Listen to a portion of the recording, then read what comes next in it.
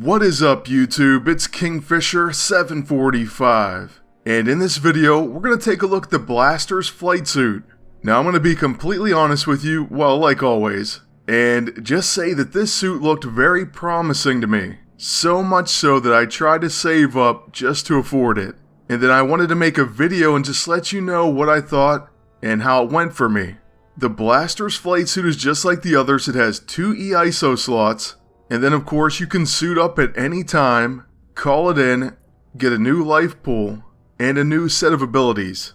The abilities on this one looked pretty awesome, I have to say. They were pretty tempting, enough to make me buy it, when really there were plenty of other EISO that I didn't have, and still greatly wanted. And while I'm going to show you that you can win with it, it certainly has that power.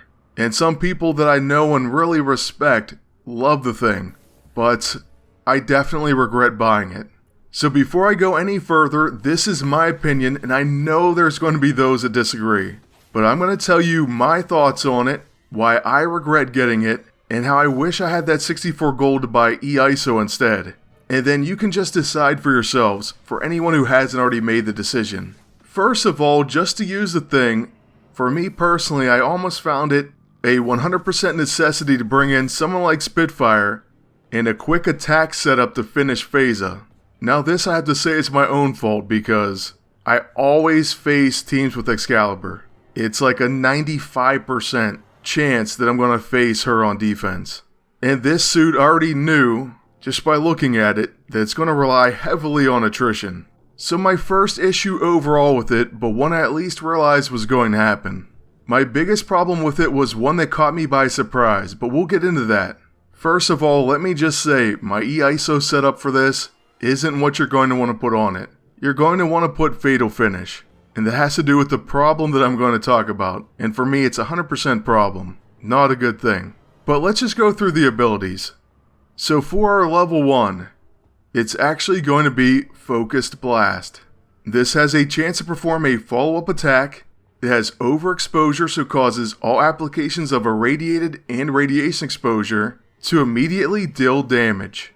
And this would probably be pretty amazing with Iron Patriot, so we haven't tried that out. Next, it does cause lock-on and chaos shot, so pretty nice. And grants yourself perfect shot. Next range attack deals extra damage. A really solid level 1 attack, no doubt. Next is the quick action, it's Redirect Reactor. This has a slow recharge, so deals extra damage but lose a turn next round. Then it has Reactor Overload, restores full stamina until an attack is made, and causes next attack to do double damage. Now this is part of what was really misleading, so just keep this in mind. After that it has a chance for Rising Up, and the next attack drains double power. So that's the quick action, which of course you'd want to use with the main attack ability, and that's going to be Termination. I mean, to me that was just common sense. This is an AoE that's catastrophic, has Exploit Attrition and Finest Hour. I thought this coupled with that quick action is going to be incredible. It was just about the sole reason for me buying it.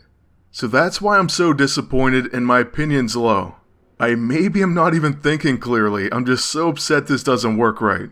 But before I show you what I'm talking about, the setup move is Bombs Away. So we're going to want to do this first anyways. It's an AoE that causes Endemic, Breakdown, and side effects. Now getting a chance at all those debuffs, all those daughter attrition effects, opportunity effects, and so on. It's pretty amazing, and it has Endemic. However, there's many generalist flight suits and phases out there. So of course, that can definitely hurt. But still, like I said, you can bring in someone like Spitfire to try to deal with her first. And by the way, the animation on Bombs Away is pretty awesome, I really do like it. Alright, so we are a blaster and we're going to give that tactician a turn right away. That's another issue you have to deal with. That is another knock against it, but at least we expected these things. Now it won't be until my agent's next turn to show you why I kind of hate this suit, and really regret buying it. But let me just say, if the thing worked out the way I wanted it to, I'd be a lot more pleased. I guess my main thing is I would just stick to the Blaster E3 costume. If I knew that you couldn't use that quick action and termination. I probably should have just stuck with that anyways, that's what I was going to do, and just spend all my gold on EISO. But I had some plans and I wanted to make this video for everyone, so I talked myself into buying the suit. Once again, that's not saying you can't be successful with it.